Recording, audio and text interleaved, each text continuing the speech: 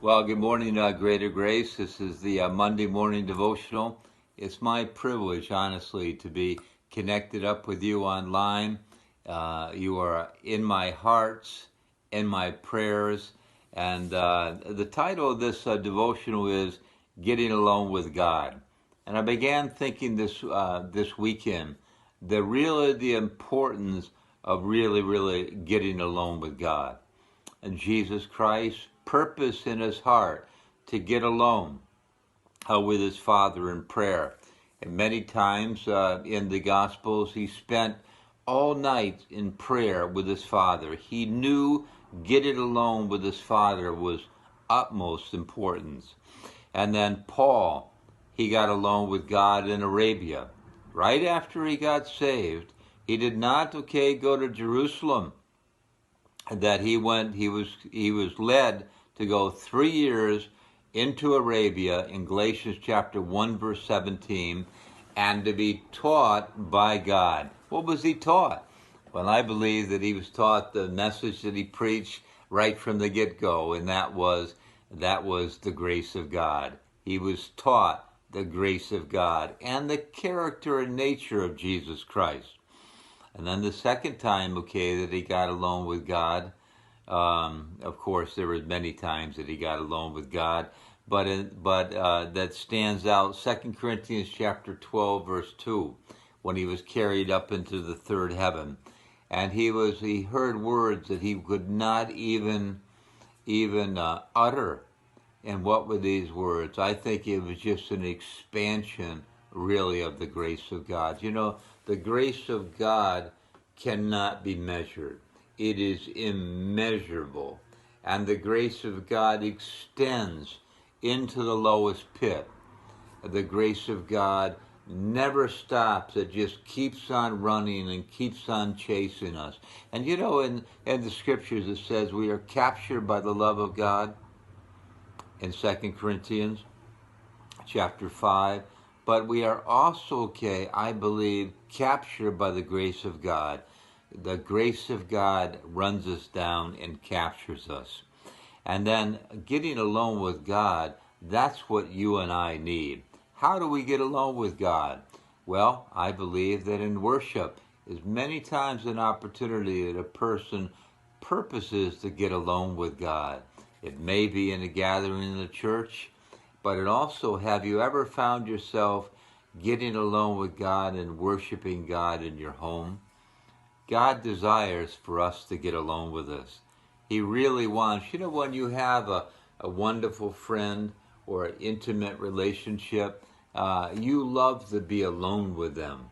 And, God desires intimacy from us. He wants to be intimate with us. And that requires for us to take the time to get along with him. When we're alone with him, we're entering into his presence. I like in Psalm 91, as a he that dwelleth in the secret places of the Most High. There is a secret place. It's a place that the world does not know. It's a place that nominal believers might not know of. But it's a place that's available to all who desire to meet God. And God says, I have a secret place. I want you to dwell there. I want you, in John 15, I want you to abide in that secret place. And that's a wonderful place. That's a place where God's presence is. And then when we are alone with God, we begin to know him. That overwhelming thought, in Philippians chapter 3, verse 10, Paul, who was like, really, honestly, probably the greatest apostle, if you were to measure. And I'm not sure if we can do that, but he was given revelations that the other ones were not given. And he said that I might know you. If Paul can say that at one of the tail ends of his journey of faith, that I might know you, God, that he desired that I would know God. And then Peter, in 1 Peter chapter 1, verse 8, he says this, if these things be in you and abound, that you will not be unfruitful or barren, with the knowledge of our Lord. Well, what are these things? Well, they're faith, virtue, mental excellence, knowledge, experiential knowledge, temperance and patience and godliness and brotherly kindness and charity. He said, if these things are in you and abound, you will not be barren of the knowledge of God. And then I was thinking, like, what do we want to know about God? Well, we want to know about, the mentions of his love. In Ephesians chapter 3, can you imagine Paul in prison? And he is writing about the love of God. I probably would not have written, I would not even consider it, let alone writing on that. But Paul is like the depths of knowing God.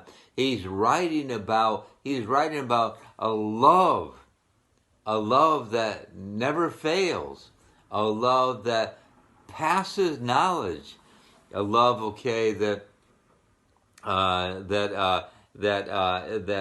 he wanted to know the dimensions of it, the height, the depth, and the breadth, and the length. He wanted to know that. And then in knowing that, because honestly, sometimes we think our love, my love, has a limit. And we might equate